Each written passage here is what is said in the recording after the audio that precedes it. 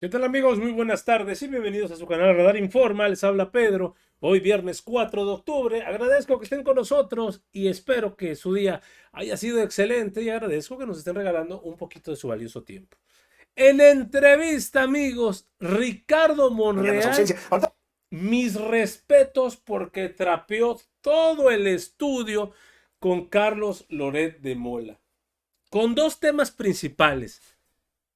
La reforma al Poder Judicial le da cátedra, pero tremenda cátedra, y no solo eso, lo dejó mudo, y lo que hace Loret de Mola es, pues mejor me voy por la línea del presidente que ya se fue y está dejando un desastre según él. Lo vuelven a callar de manera completa. Se está dando cuenta Loret de Mola que ya no va a tener al presidente López Obrador para poder atacarlo. ¿Saben cuál es la principal razón? Porque la doctora Claudia Sheinbaum viene con un semblante distinto al expresidente López Obrador. El presidente López Obrador siempre salía en las mañaneras y decía, hay un grupo de periodistas chayoteros, incluso hasta los mencionaba, y con eso a ellos les daba poder. Poder de agarrar y de ahí agarrarse y decir, me está atacando, me quiere cortar la libertad de expresión, etc. La doctora Claudia Sheinbaum no. Viene con un tema distinto que es, yo los voy a ignorar. Y si yo no los menciono, ¿quién los va a mencionar? La partida de madre, perdónenme la expresión, que le da Monreal a Carlos Loret, amigos, es majestuosa.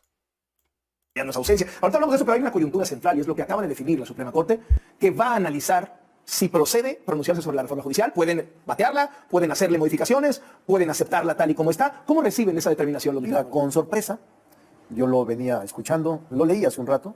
La verdad, Carlos, es que es una barbaridad jurídica. La reforma está publicada y en este momento está en vigencia. La reforma constitucional, la norma constitucional ya es parte del sistema jurídico mexicano.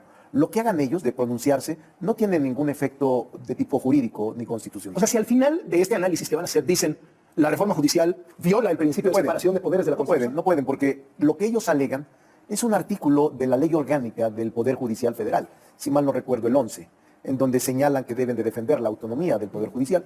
Es como una especie de chicanada, de una actitud huizachera, de una actitud poco seria y poco correcta del Alto Tribunal de Justicia.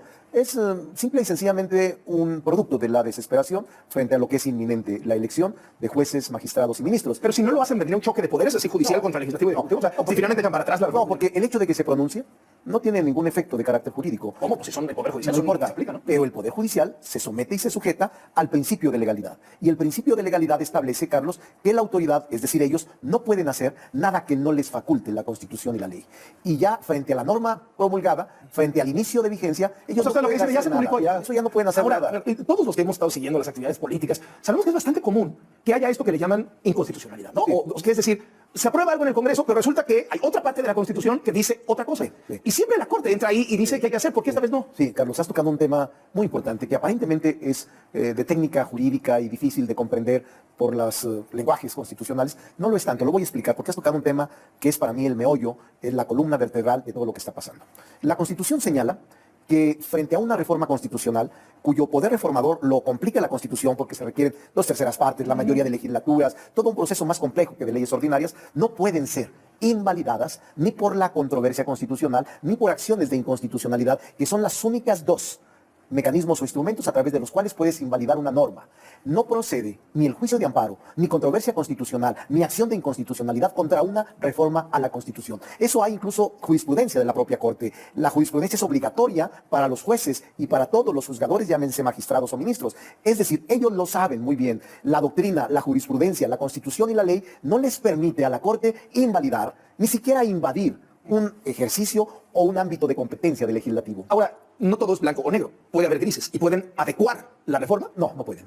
Ellos no son el legislativo. Adecuar, por ejemplo, carrera judicial, elección No, yo de te diría jueces. lo que pueden en su momento. armonizarlo. No, mira, a eso le corresponde al Poder Legislativo, que en este momento es el paso siguiente. Te puedo adelantar que ya estamos muy avanzados en la ley secundaria. Todo eso que tú dices de armonización, del comité de evaluación, de los requisitos para participar, de quiénes pueden ser candidatos a jueces, magistrados y ministros, todo eso ya viene en la ley secundaria. En los comités de evaluación, quiénes pueden participar, quiénes no, cuándo es el proceso, cuál es la competencia, cuál es la difusión de sus plataformas, si es que existen, cómo van a participar. Todo eso viene ya en la ley secundaria. ¿Y cómo va esa ley secundaria? ¿Va a ser esa boleta que tarda unos 4 años? Está bien la ley secundaria porque incluso uno de los aspectos que más preocupa son los comités de evaluación. ¿Esos los elige el Congreso? Que los elige el Congreso, O sea, Morena. cada poder. El Poder Judicial elige su propio comité de evaluación, el Poder Legislativo su propio comité de evaluación y el Poder Ejecutivo. Pero en la ley reglamentaria... tiene 2 de 3. Sí, bueno, puede ser, pero en la ley reglamentaria puede establecer requisitos, Carlos. Por ejemplo, una de las críticas es que el Ejecutivo que no ponga sus preferidos igual que el Legislativo. Pueden establecer requisitos que no pertenezcan a legisladores, que no sean parte del Ejecutivo, que solo sean investigadores o académicos, que sean a propuesta de organizaciones o asociaciones de carácter de abogados o de ¿Van a colegios. moderar la reforma judicial en la ley secundaria? Sí, yo te diría que deben de estar tranquilos aquellos que van a participar, porque jueces, magistrados y ministros entran automáticamente. Y los otros que seleccionan los comités son requisitos duros que no cualquiera va a poder Y ingresar. todos, o sea, no va a haber por lo menos un bloque que no se someta a elección. No. Es decir, porque cuando hablamos de moderar, Sí. No, eso, pero- o sea, ¿qué es lo que ha espantado Pero a mira, los mercados financieros? Es decir, Sí, se acabaron los contrapesos. No, lo que espanta a los mercados es decir, vas a imponer a los jueces y a los magistrados y por tanto quien tenga lana los puede poner. no tendré confianza en que Sí, las sí, que van a ser resoluciones sean imparciales. Sí, yo te aseguro que la ley secundaria, te lo garantizo, va a moderar y va a aclarar muchas de las dudas que se tienen ahora en el universo de los propios opinantes o de la gente que está interesada en el Poder Judicial. A mí me gusta la reforma, la defiendo. En serio, esa es una de mis preguntas. Ricardo Monreal, maestro de Derecho en la UNAM, con toda la carrera política, ¿en serio? Sí. México, el único país del mundo que elige jueces, magistrados y ministros. Es otra buena Segundo, pregunta. Por algo no lo hace. Yo te diría que es otra buena pregunta. Yo soy maestro de la UNAM desde hace muchos años. Doy en el doctorado y nada más doy en el posgrado. Soy maestro frente a grupo y defiendo la reforma por una razón. Porque es un hecho inédito, en efecto. Nunca ha ocurrido. En la Constitución del 24, de 1824, no, en el mundo, en la Constitución del 57, había esa figura de la elección del Poder Judicial, al menos del presidente de la Corte y de algunos ministros. Benito Juárez fue electo presidente de la Corte. Por eso, cuando hay ausencia del presidente en 1857, Juárez entra como presidente de la Corte a ser sustituto del presidente constitucional. Pero luego la Ahora, Constitución. hay en algunos lugares, Carlos, ejemplos de elección en Estados Unidos, en muchos estados. No igual.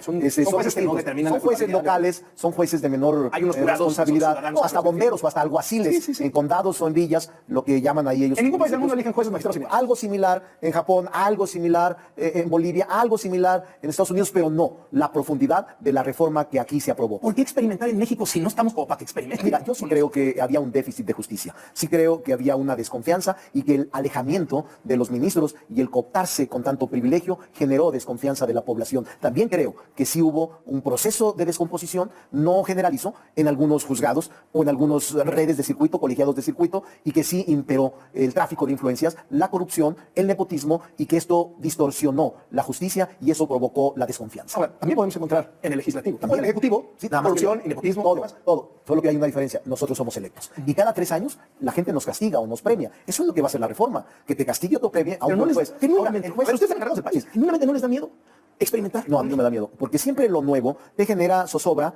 te genera suspicacia y hasta temor.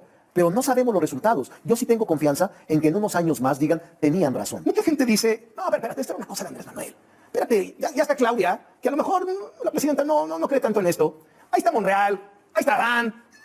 Tranquilo, la van a sofocar. Yo no sé ustedes convencidos. No, yo te diría, yo estoy convencido, como he también estado convencido en otros momentos de otras reformas que no han sido adecuadas.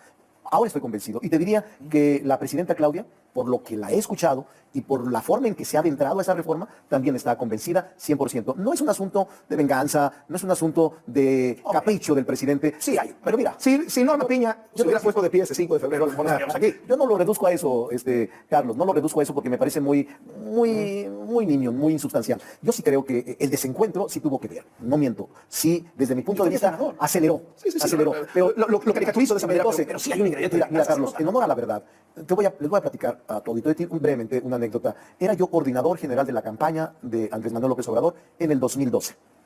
En un recorrido por Michoacán, se le presentó un asunto de justicia de un pueblo que se quejó. Me dijo, Ricardo, este es uno de los temas pendientes, la justicia. Y ustedes, los abogados, no se dan cuenta la destrucción que han hecho del sistema de justicia mexicano. Usted, o sea, era una crítica que yo defendía al Poder Judicial porque yo no generalizaba. Decía, no todos. Quizás el Poder Ejecutivo local tenga más control sobre los judiciales, sobre el Poder Judicial local, que en lo federal. Yo siempre defendí más la jurisdicción federal que la jurisdicción local. Ahora, antes Ricardo Monreal estaba en contra de la elección de jueces, magistrados y ministros. No, yo siempre sostuve que tendría que revisarse. Estuve en un momento en una opinión fuerte de decir, hay que revisarla bien. Yo sí creía que teníamos que revisarla bien hace 2 años. Sí, o sea, si esta entrevista lo habíamos tenido hace 2 años, Hubiera dicho, dicho, oye, Carlos, no, creo que no es claro. No, hubiera dicho, hay que revisarla. Como siempre lo digo, hay los claroscuros en reformas. Y si puedes mejorarla y enriquecerla, el poder legislativo, el legislador, Carlos, no tiene la verdad absoluta, ni tiene verdades embalsamadas. A veces nos equivocamos. Eso se y a veces siente no, que tiene la fíjate que percepción de que... hay una reflexión muy profunda en el poder legislativo y más en el grupo parlamentario nuestro, por el número que tenemos, hay debate interno muy fuerte, quizás hasta más fuerte que frente a la oposición. Justo esa era mis preguntas. La verdadera oposición y los verdaderos contrapesos van a ser adentro de Morena. No tanto se van porque, a ver, yo no veo oposición. Yo te voy a decir una cosa que te va a parecer risible. La oposición no han sido ustedes. Tú eres la oposición. No, por eso. Pero me refiero en el sentido, pero en el sentido general, en el sentido amplio, en el sentido dentro de los poderes fácticos de una sociedad o dentro de los equilibrios de los. No, por eso, Carlos. Pero canal digital de YouTube, o sea, no importa, pero sí se debe de reconocer que ustedes son parte de la oposición al gobierno y haciendo periodismo lo que sea, de investigación, de crítica, lo que sea. Pero finalmente, yo te diría que la oposición tiene que hacer un gran esfuerzo de reflexión. Para mí, el conducirte a un discurso de odio, de rencor social, de descalificación permanente, no les va a ayudar. Para mí, creo que si plantean un proyecto de nación alternativa, si plantean propuestas, si plantean una alternativa. Yo también lo veo extraviados. Luego, entonces, ¿hay oposición dentro de Morena? Si hay más oposición dentro de Morena que yo creo que hay reflexión y oposición. En el sentido, hay debate interno, Carlos. La gente pensaría... O sea, es más difícil amarrar las cosas adentro. Por ejemplo, tú estabas hace rato que venía para acá, dije a ver qué dijo Carlos, y ya dijiste, las comisiones están ya encabezadas por los favoritos de las comisiones legislativas. Tu gente lo publicó. Sí. Bueno, Carlos, el debate interno es más fuerte para mí. El acomodo de comisiones y la elección de quién va a encabezar comisiones legislativas que mi encuentro con el PAN, PRD, PRI. Es más complicado con mis compañeros de Morena. De verdad, Carlos, es una lucha y es un debate, pero más legítimo, porque la gente que viene de territorio, aquel diputado o diputada que viene de conquistar el voto, se siente con la capacidad y el talento para decir, yo tengo el derecho a presidir la Comisión de Pesca, o la Comisión de Agricultura, o la Comisión de Educación. Es decir, es más fuerte el debate adentro que afuera, y esa es una realidad. Ser mayoría es una complicación, pero es mejor que ser minoría. Se quejan de que la Suprema Corte quiere meterse en el trabajo del Poder Legislativo. No nos hagamos. El Poder Ejecutivo es el que quiere tener todos los poderes. Ya tiene el Legislativo y quiere Carlos, he vivido desde en la actividad pública, esta es mi 10ª legislatura. He sido 3 veces senador y este es mi 4º diputado. Y antes gobernador. Gobernador. Viví en la época del PRI fuerte. Sin duda, era la Corte subordinada totalmente al Poder Ejecutivo. Sin duda. Estoy hablando de los 80. Le tocó la reforma de Cedillo. Me tocó yo era presidente de la Cámara de Senadores. ¿Estuvo a favor de la reforma? Estuve a favor, y no lo niego, porque si no van a sacar y van a decir, ¿cómo se nuestra historia? Yo la voté, yo era el presidente de la Cámara de Senadores quien les tomó la protesta a los nuevos ministros después de... Fue un cambio, pero con consenso de la oposición. Eliminar todos. No hubo... ¿Por qué no lo hacen ahorita con consenso de la oposición igual? Hubo oposición, si mal no recuerdo, de la izquierda. Un pedazo de izquierda. No sé si era Alberto Castillo, pero era porque éramos muy pocos. Yo estaba en el PRI en 91. Del 91 al 97 fui senador del PRI. Y entonces Cedillo del 94 plantea la eliminación de todos los ministros de la Corte. Se quejan mucho de que si lo hubiéramos querido hacer como Cedillo, pero la reforma de Cedillo tuvo concurso de la oposición. Aquí la están haciendo en contra del pensamiento. No, la oposición, hubo oposición. Pero a ver, hubo oposición. El PAN, sí, pero te voy a decir una parte. Pero es buena tu pregunta, porque si nosotros, o sea, la reforma con la que yo comparto es para mí indispensable, dado el grado de deterioro del sistema de justicia. Hablo no solo de administración de justicia, hablo también de procuración, de ministerios públicos, de fiscalías, hablo en general. Pero te diría, si nosotros hubiésemos tomado otra decisión, en estos 6 años, gobernando Morena y con mayoría calificada, habríamos tenido la posibilidad de elegir otros 3, si mal no recuerdo, 3 o hasta 4 ministros de la Corte, para que proceda la controversia constitucional o la acción de inconstitucionalidad que tú y yo teníamos. Uno más. Se requiere uno más, 4, o 33% de las cámaras que no los tienen, o 4 para declarar. No tendrían la Corte, van a tener un montón de jueces, un montón de magistrados. No, yo creo, déjame decirte mi pronóstico. A ver. Mi pronóstico es que van a quedar muchos jueces y magistrados actuales. Ellos entran en automático a competir a la elección. Sí. Yo he tenido muchos en entrevistas y me dicen, yo no soy político, no sé hacer, pero además no van a ser bailecitos en TikTok. Eso te lo va a definir en la ley reglamentaria. En la ley reglamentaria te definen los foros, la participación, la organización del INE, toda la parte de procedimiento del proceso electoral. Entonces eso no tendrás ninguna dificultad. Ese es mi pronóstico. Porque en la propia selección de aspirantes, que tienen los tres poderes con la comité de evaluación, van a salir gente notable, bien evaluados, sin nexos partidistas y sin la mente facciosa que pudiera representar un sesgo en la impartición de justicia. ¿He sentido que el tema de la reforma de los organismos autónomos ha perdido tracción? ¿Es mi impresión o a lo mejor mi deseo? ¿O sí van por eso? Mira, por la desaparición de INAI, etc. ese es un debate interno, por ejemplo. Yo te diría que hasta dentro de Morena hay quienes sostienen que habría que moderar o esperar o buscar un momento oportuno. Es decir, hay debate dentro de Morena y hay otros que decimos o que dicen, no, vayamos ya a la reforma de ¿Qué los van a hacer? 18. Mira, ahorita, la semana que entra, por ejemplo, tenemos dos reformas constitucionales muy importantes. La de trenes, la parte ferroviaria, de concederle al Estado la capacidad de volver a instalar trenes de pasajeros o otorgar concesiones en el caso de que se encuentren las vías concesionadas. A ver las alternativas. Y la otra muy importante es la energética, de otorgarle a la CFE el carácter público. Te acordarás tú que se le quitó el carácter público para otorgarle el de empresa productiva del Estado. Todo eso se va a modificar, pero enseguida viene una ley reglamentaria para garantizar la certeza y la confianza de que los inversionistas en el 46% que tengan para la producción de energía no tendrán dificultades ni problemas. O sea, digamos, ¿no está en la agenda próxima en los organismos autónomos? Sí, de aquí a diciembre. Si no es a diciembre, como que ya se salvaron. Pero todavía hay mucho debate y hay, yo te diría, la intención de reformar la Constitución en las 18 materias que planteó el presidente López Obrador en el 5 de febrero pasado. ¿La electoral también? No, esa no está en el paquete. La electoral se va a construir, aunque ya la anunció la presidenta en sus 100 puntos. Son 100 puntos para el sexenio, ¿no? Sí, para el sexenio, pero ella anunció construir, pero en este proceso no. De aquí a diciembre no. Han mostrado que, De aquí a fundamentalmente, diciembre, con los números que traen, tanto el Cámara de Diputados como el Senado, les alcanza para hacer fundamentalmente lo que ustedes quieran. Sí. ¿Quieren que la elección presidencial del 2030 la organice Gobernación y no el INE? No, no, vamos a fortalecer el órgano electoral. ¿Por qué ¿No van a poner bajo el mando de Gobernación? No, no, ciudadanos. Porque nosotros... ¿Ciudadanos o listas disfrazados no, ciudadanos? no, ciudadanos, sin partido, es parte de la construcción de la reforma próxima, pero nosotros tenemos conciencia, Carlos, de que el voto y de que la confianza del ciudadano no es permanente, ni es un triunfo definitivo que transcurran los siglos o las décadas. Estamos conscientes de que si fallamos, no esperamos 6 años. En 3 años, en la elección intermedia, la población nos puede castigar. Entonces, nuestra función es no fallarle a la gente y cumplir los compromisos que hicimos, porque es muy variable la votación. Yo mismo, oye, Carlos, yo creo que tú también te sorprendió el resultado electoral. Sí, claro. Yo mismo sí creía que íbamos a ganar. Sí, pero no por sus márgenes. Exactamente. O sea, como 60% de votos emitidos contra el 27% de la más cercana competidora. Era imposible, pues, de 300 distritos, 256. El movimiento contra todo el conjunto de la oposición, 40 distritos. Es decir, a todos nos sorprendió el resultado. A mí, yo esperaba que ganáramos, siempre dije 50, 51, 49, se va a cerrar la elección, en todo el mundo se cierran las elecciones. Aquí no. ¿Se abrió? Aquí se abrió. ¿Ya se fue el observador? Sí, ya. Está ahora. Estaba en una expresión cuando iba pasando, estaba yo esperándolo. Yo lo estimo y lo quiero, no lo niego y lo voy a seguir siendo, lo voy a respetar siempre. Pero iba caminando, entrando al Palacio Legislativo. Como dirigente, como coordinador del grupo parlamentario, me siento más o menos a la mitad de la sesión del auditorio, porque me permite estar viendo todo lo que pasa alrededor. Y pasó él, se detuvo conmigo y me dijo, a la hamaca, Ricardo. A partir de ahora, es decir, yo creo que ya está en la hamaca. Pero ¿A la hamaca o a la macanera? o a la macaneada, pero a la hamaca. Yo no me lo creas, pero esa tarde se fue. Porque se va a quedar aquí. No, creo que se fue esa tarde. No quiero Y pecar sí de se siente- evidencia, pero creo que esa misma tarde por tierra, por carretera, se fue a su finca.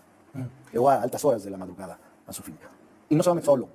Yo lo conozco hace muchos años, Carlos. Yo me inicié con el presidente López Obrador en la política en el 97. Hace ya muchos años, 27 años. Y le creo. Es un hombre perseverante, consistente y sobre todo congruente. Te puedo asegurar que si dijo que no se va a meter, lo va a cumplir. es el que nos dijo que lo dieran por muerto para la presidencia. Pero no era así el sentido. Era muy dura la lucha política preelectoral que en ese momento sosteníamos. Ahora yo te diría que es el momento de una culminación de una carrera de lucha política formidable y que va a cumplir su propósito de retirarse, de escribir y de estar en el silencio de la política. ¿Cómo es el estilo, Claudia Sheinbaum? Hay mucho análisis de... Está diciendo las mismas frases que López Obrador. Está reaccionando igual, está haciendo lo mismo. Ay, sí, ya se han detectado algunas diferencias, pero son como las caricaturas de los periódicos. Casi todo igualito y tienes que buscarle la... Ah, mira aquí el dedito, sí lo... No. Es que la verdad es que es muy inteligente. Los va a sorprender, Claudia, de verdad. Mira, es una mujer generosa, políticamente muy inteligente. A mí me ha sorprendido mucho. Yo que tengo tantos años en la política, actuando en la política, te puedo decir que es una mujer estructurada. No toma decisiones de manera improvisada ni improntas, toma decisiones muy meditadas. Lee, estudia y es una mujer demasiado con sentido social y te diría, en la política tienes que tener una característica que te hace singular, que es la intuición política. Ella es una mujer de intuición. Hay quien dice, viene de ser científica, analiza las cosas, va a ser más moderada, más racional que López Obrador. Y hay quien dice, no, hombre, López Obrador era un priista en los 70s, esta se hizo en la lucha estudiantil. Es todavía más radical que López Obrador. Es que no es cierto eso, de verdad. Claudia es una mujer... ¿Es más moderada que López Obrador? Es una mujer, yo no quiero decir moderada, humanista, diría, es una mujer sensible, es una mujer con dolor frente a las injusticias, es una mujer que siente una rabia. ¿Ya ven ustedes diferencias con respecto a López Obrador? ¿Cómo? ¿Ven ustedes ya diferencias con respecto a López No, Obrador? yo creo que... No, pleito. No, yo creo que no las veo. ¿Entre ella y López Obrador? No la hay, porque Carlos, conociéndola, su acierto y su inteligencia, desde antes de ser nominada candidata, fue no separarse del presidente. Sí, yo creo que planteé mal la pregunta, porque yo tengo muy claro que no se va a pelear, se va a pelear en el estilo personal de Obama. Me refiero a la Ahora, ella tiene su estilo personal y seguramente lo va a ir desarrollando. En eso nadie puede adelantarse ni puede pronosticar un estilo de gobierno. Cada gobernante, no es la excepción ella, tiene estilos personales de gobierno, con idearios, con principios, con una filosofía, pero no se pueden comparar unos y otros, ni tampoco se pueden compaginar que sean lo mismo uno y otro. No, yo siento, Carlos, de verdad, que va a sorprender la capacidad y el talento de la presidenta, porque además tiene muchas ventajas. Es mujer.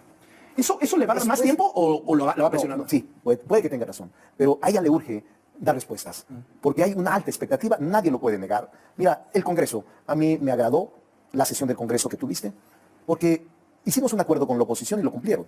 No hubo pancartas, no hubo mantas, no hubo chiflidos, no hubo gritos. No hubo escándalo, Carlos. Y en la última... ¿No parecía que no había ni los de la oposición? Recuerda las últimas tomas de protesta. ¿Cuál quieres? ¿La de Calderón? ¿La del presidente Bueno, López Obrador? hacían ustedes, ¿no?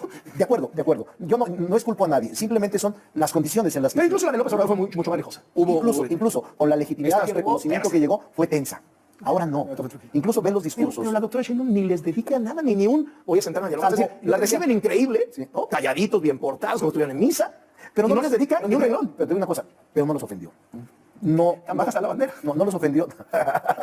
Eso no quiero decirlo yo. Salvo para mí una expresión mínima, que era, no voy a cuestionarla, pero una expresión, una palabra. Pero para mí fue un discurso muy coherente en lo que ella ¿Qué piensa. expresión? Cuando... No te la digo. No, pero la voy a buscar, la voy a buscar. No, para mí. Una palabra de... No, la crítica que le haga la oposición, pero una palabra. A mí en lo personal no me gustó. Pero te voy a decir una cosa, el discurso estaba bien construido. Estaba bien. Aparte, la mujer es muy bonita. Y ella se ve con una pasión de servir. Pero ni hablar de diálogo, ni hablar de la oposición. Ya después, no, pero lo va a hacer. Yo estoy seguro, porque son etapas. Yo creo que en la construcción del país, en la continuación del proyecto que nosotros definimos como la Cuarta Transformación, va a ir actuando consecuentemente con la realidad del país y con las exigencias del mundo. Tenemos que incrustarnos en el mundo y tenemos que llevar a México a estadios de desarrollo superiores. Ricardo Monreal, gracias por la apertura de venir. No, al contrario. Muchísimas gracias. Un saludo a todo el auditorio con respeto. Pues amigos, ya vimos la entrevista de cómo Ricardo Monreal hizo trizas a Carlos Loret de Mola, intentando irse por las ramas para provocar y buscar la provocación, porque nuevamente es lo único que le queda a la oposición. Intentar hacer caer en provocaciones. Amigos, hasta aquí la información al momento. Espero que haya sido de tu agrado. Si te gusta este contenido y te gustan estos videos, por favor apóyanos suscribiéndote y regalándonos ese poderosísimo like. Yo soy Pedro para Radar Informa y te agradezco el tiempo que me regalaste para ver este video y nos estamos viendo en una nueva transmisión. Recuerden amigos, seguimos evolucionando junto a la 4T. Que sigas teniendo un excelente día.